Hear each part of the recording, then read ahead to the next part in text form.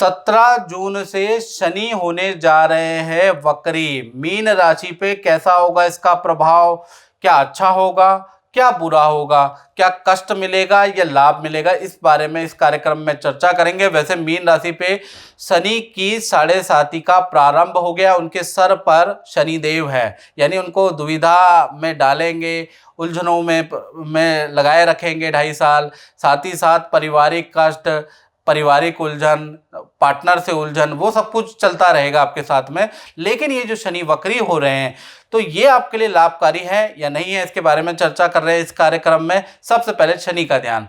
ओम नीलांजनम समाभासम रविपुत्रम यमाग्रजम छाया मार्तंड संभूतम तम नमामि शनिश्चरम। जय जय शनिदेव। जितने भी मीन राशि वाले हैं कमेंट बॉक्स में जय शनिदेव जरूर लिखें। शनि का आशीर्वाद आपको जरूर प्राप्त होगा, ये मेरी आशा है। चलिए पहले हम सूत्र के बारे में बात कर लेते हैं। ऐसे तो बहुत सारी वीडियो आपको मिल जाएंगी यूट्यूब पे जो शनि वक्री में करोड़पति अरबपति आपको बनाएगी। शास्त्र क्या कहता है इसके बारे में चर्चा कर लेते हैं। शास्त्र में एक श्लोक लिखा है, व्याये वक्री शनि अकस्मात धनदायका, यानी कि व्याय भाव के अंदर जब भी शनि वक्री होगा, क्रूर हो जाएगा, और तो वो अचानक ही आपके बिगड़े हुए काम बना देगा। अचानक ही धन लाभ, पद लाभ, अचानक ही घटना होगी, यानी कि आपने सोचा ही नहीं होगा लेकिन वो होगा, लेकिन वो पॉजिटिव होगा। वैसे शनि का देखा जाए तो कहीं ना कहीं देखा जाए जो आपके ऊपर शनि की ढैया चल रही है, थोड़ा बहुत मैं उसका बताता हूँ। जनवरी से आपके ऊपर चल रही है, जनवरी से आपके ऊपर देखा जाए तो सर पे शनि चल रहे हैं जो कंफ्यूजन क्रिएट करेंगे। आप निर्णय शक्ति आपकी कमजोर हो जाएगी, कोई भी निर्णय करेंगे तो आपके अंदर दुविधा क्रिएट कर देगा। साथ ही साथ आप पारिवारिक रूप से भी फंस जाएंगे, आप नौकरी में भी आपका मन नहीं लगेगा। तो कुल मिला के देखा जाए तो ये जो शनि आपके सर पे है ना, हो सकता है आपको बुरी लतों के अंदर भी फंसा जाए, ऐसा भी योग बनता है। लेकिन ये जो 140 दिन ये जो वक्री हो रहे हैं ये आपको अचानक धन लाभ देगा, और करियर में कोई बड़ा परिवर्तन होगा। मैनेजमेंट में परिवर्तन हो सकता है, आपके सीनियर में परिवर्तन हो सकता है, और नया जो सीनियर आएगा वो आपके लिए बड़ा सपोर्टिव रहेगा। तो ये बड़ा अच्छा परिवर्तन है। खासकर देखा जाए जो व्यापार करते हैं तो उनको भी कार्यों में सफलता, बड़ी डील मिल सकती है। साथ ही साथ जो भी मीन राशि वाले हैं उनके या तो विदेश यात्रा का योग बनता है या लंबी दूरी की यात्रा का योग बनता है। कुछ मीन राशि वाले नौकरी छोड़ के नया काम करने वाले हैं, और जो काम कर रहे हैं वो नया ही शाखा खोलने वाले हैं। तो कुल मिला के 140 दिन आपको पार्टनरशिप के भी, अच्छी डील के भी आपको ऑफर मिलेंगे, आप कर सकते हैं उसको। अब जो शनि की जो तीसरी दृष्टि है, 1 नंबर जहां लिखा है वहां पर आपकी लगी हुई है, यानी धन भाव में आपकी लगी है। तो कहीं देखा जाए तो ये शुभ दृष्टि है। कहीं ना कहीं मीन राशि को रुका हुआ धन आपको मिल जाएगा। जो धन आपसे किसी ने उधार दिया है, दे नहीं रहा है, तो आपको थोड़ा सख्ती से उसके पीछे लगना पड़ेगा। वो व्यक्ति आपको धन जरूर दे देगा, ये याद रखिएगा। थोड़ा उंगली टेढ़ी करनी पड़ेगी, बात तो आप समझ गए होंगे। उसके घर जाना पड़ेगा, हल्ला काटना पड़ेगा, लेकिन पैसा आपको मिल जाएगा। साथ ही साथ देखा जाए तो 7वीं जो शनि की दृष्टि है वो आपके 6ठे भाव, जहां सिंह राशि आ रही है वहां पर आपकी दृष्टि है। तो पहली चीज, जो आपका कोर्ट केस कोई चल रहा है, सरकारी कोई काम पेंडिंग है, तो उसका पॉजिटिव रिजल्ट आपको मिल सकता है। सरकारी योजना का कोई ना कोई फायदा मीन राशि वालों को मिल सकता है, और शत्रु भी आपसे अब परास्त होंगे, शत्रु भी दबे दबे रहेंगे 140 दिन। ये टेम्परेरी फेज है, याद रखिएगा। साथ ही साथ शनि की जो 10वीं दृष्टि है आपके 9वें स्थान पे है, यानी कि जहां वृश्चिक राशि आ रही है वहां पर। ये जो 10वीं दृष्टि है ये लाभकारी नहीं है, खासकर आपके माता पिता के लिए। माता पिता को शारीरिक कष्ट हो सकता है, यानी माता पिता की हेल्थ के लिए ये दृष्टि अच्छी नहीं है 140 दिन की। तो कुल मिला के देखा जाए तो शनि वक्री से आपके काम, करियर के लिए स्थिति बहुत अच्छी है। और ज़्यादा डिटेल में अगर आपको जानना है मीन राशि वालों, तो आपको 95% एक्यूरेसी के साथ जानना है तो 7210124289 ये जो नंबर आ रहा है इस पे आप अपना date of birth, time of birth, place of birth मुझे व्हाट्सएप करके आप डिटेल में कुंडली दिखा सकते हैं। टेलीफोनिक अपॉइंटमेंट आज ही बुक करें। तो मित्रों, इस कार्यक्रम में बस इतना ही। मुझे दीजिए इजाजत। जय माता दी। दर्शकों, अगर कार्यक्रम के दौरान आपका नंबर नहीं लग पाया है, गुरुजी से बात नहीं कर पाए हैं, समस्याओं का समाधान नहीं पा पाए हैं, तो आप बिल्कुल भी चिंता मत कीजिए। आप हमें व्हाट्सएप भी कर सकते हैं और ईमेल भी कर सकते हैं, और लगातार बहुत सारे व्हाट्सएप और ईमेल हमारे पास आते हैं। एक ईमेल गुरुजी हमारे पास आया है बसंत सिंह का। इनका कहना है कि जय माता दी गुरुजी, I watch your programme daily.